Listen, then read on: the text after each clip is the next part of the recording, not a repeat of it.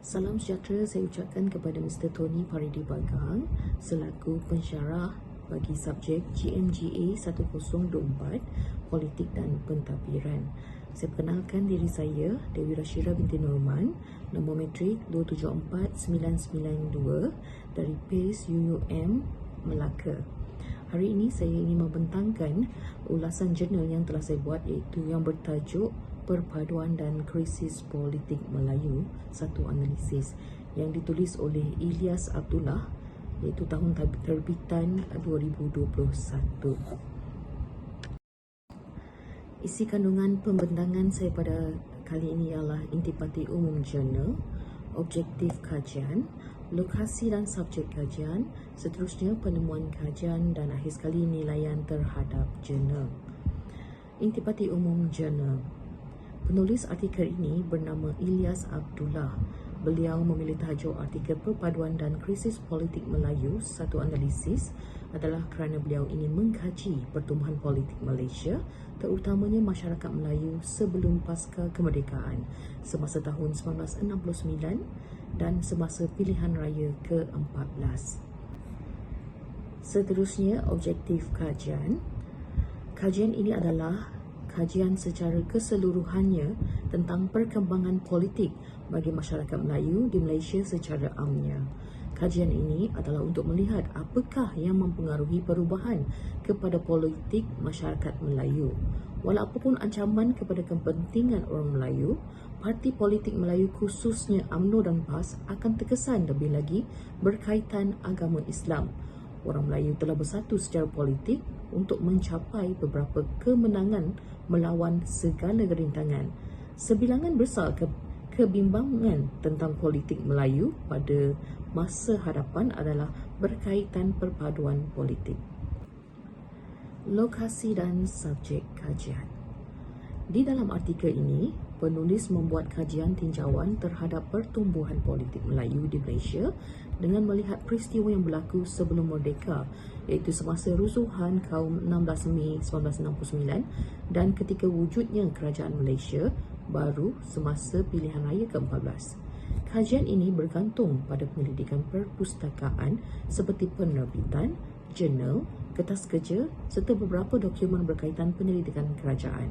Metodologi ini digunakan secara meluas dalam penyelidikan ini dengan melibatkan pengekstrakan maklumat dan petikan daripada akaun sejarah dari pengumpulan maklumat secara menyeluruh. Penemuan kajian. Penulis menggambarkan krisis politik sebelum kemerdekaan di mana penjajahan Jepun membangkitkan semangat nasionalisme di kalangan masyarakat Melayu menentang penjajah. Selepas kekalahan Jepun, British menubuhkan Malayan Union, memaksa Raja-Raja Melayu menerimanya yang memicu kebangkitan menentang British. Persatuan Melayu dibubarkan dan digabungkan dalam UMNO yang melihat Malayan Union sebagai ancaman kepada institusi Raja Melayu dan Islam. Namun begitu, terdapat segelintir masyarakat Melayu dari kaum tua yang tidak bersetuju dengan kebangkitan nasionalisme kaum muda. Kaum muda memilih untuk bertahan memelihara tradisional, iaitu mementingkan agama dari keduniaan. Seterusnya, UMNO bekerjasama dengan PKMM untuk mengadakan pilihan raya, menumbangkan Malayan Union, tetapi kemudian terjadi pergolakan antara UMNO dan PKMM atas matlamat politik yang berbeza sehingga menyebabkan PKMM diharamkan. Penulis menjelaskan krisis politik Melayu pada tahun 1969 yang melibatkan rusuhan 16 Mei antara masyarakat Melayu dan Cina akibat sentimen perkauman yang dibawa oleh beberapa parti politik semasa kempen pilihan raya. Ketegangan politik meningkat apabila DAP telah menuntut hak sama rata yang menyebabkan kecaman terhadap Tunku Abdul Rahman kerana beliau dianggap pro terhadap masyarakat Cina dan gagal mempertahankan kepentingan Melayu. Untuk menyelesaikan masalah ini, satu perjanjian persetujuan telah dibuat untuk kepentingan Melayu Islam, dibuat oleh Kerajaan Perikatan yang melibatkan UMNO dan PAS berkongsi kuasa pemerintahan, memandangkan kejayaan parti itu telah memenangi undi Melayu pada pilihan raya pada tahun 1969. Seterusnya, pada tahun 1972, UMNO dan PAS telah berjaya membentuk kerajaan campuran di semua peringkat. Kepentingan politik Melayu telah difahami melalui Keputusan Pilihan Raya 1969 yang mendorong UMNO dan PAS untuk menyatukan agenda politik Melayu. Perjanjian politik di antara kedua-dua parti ini bertujuan untuk mengekalkan kestabilan politik negara serta mewujudkan ketuanan Melayu dan Islam. Penyatuan politik ini telah mengubah landscape politik Melayu sehingga mencapai perpaduan politik pada pilihan raya 1974. Selain itu, keterlibatan PAS dan UMNO dalam kerajaan telah membantu meredakan ketegangan politik di kalangan penduduk Melayu dan mencipta suasana politik yang aman di Malaysia. Namun, kerjasama antara UMNO dan PAS berakhir menyebabkan penyingkiran PAS dari BN dan pertelagahan antara PAS dan UMNO semasa pilihan raya umum 1978. Tun Hussein On, Perdana Menteri pada masa itu, dilaporkan tidak mesra dengan PAS, manakala sebahagian besar ahli PAS tidak puas hati dengan BN, mendakwa ia menghalang agenda Islam PAS.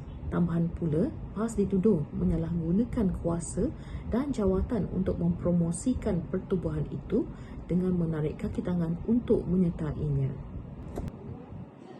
Pilihan Raya Umum ke-14 di Malaysia telah mencatatkan kebangkitan Pakatan Harapan (PH), tetapi walaupun memerintah selama 22 bulan, PH menghadapi tekanan dan kritikan kerana tidak melaksanakan janji-janji manifesto mereka.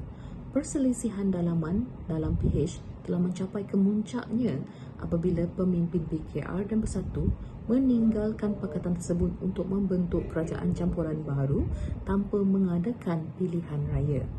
Kegagalan PH telah menyebabkan kekecewaan rakyat dan menggugat idea Malaysia baharu.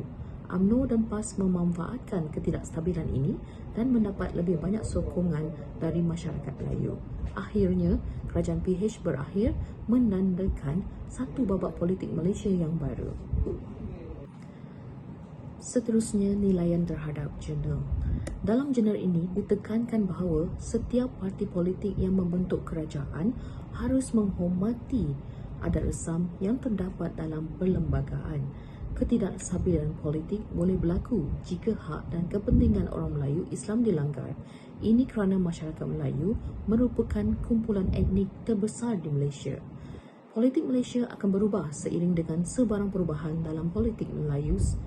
Sejarah menunjukkan 3 contoh penyatuan politik Melayu setelah mereka menentang Malayan Union dan pilihan raya umum ke-14. Apabila kepentingan Melayu Islam digugat, perpaduan politik Melayu akan menjadi lebih ketara. Namun, jika tiada ancaman terhadap kepentingan ini, perpaduan politik Melayu mungkin akan surut. Politik Melayu sering berkembang dengan cepat tetapi juga mudah retak. Ancaman terhadap kepentingan Melayu Islam sering digunakan untuk mendapatkan sokongan Melayu. Hal ini menunjukkan betapa sensitifnya orang Melayu terhadap isu perkauman dan agama. Budaya politik orang Melayu juga telah mengasimilasikan kedua-dua sistem feudal dan neo-feudal tidak asing dengan isu ini. Pemimpin yang dikenali sebagai Melayu sering percaya bahawa mereka dan parti mereka mempertahankan kepentingan umat Islam di Malaysia. Pada masa yang sama, rasional ini juga digunakan oleh elit politik Melayu untuk mengukuhkan pemerintahan diktator politik mereka. Ini dilihat dalam fakta bahawa perpaduan politik yang terhasil akan cepat hilang apabila isu yang mengukuhkannya telah berjaya dicapai. Melindungi kepentingan Melayu Islam nampaknya adalah muslihat politik untuk memenangkan orang Melayu demi kepentingan politik. Sekian sahaja daripada saya. Terima kasih.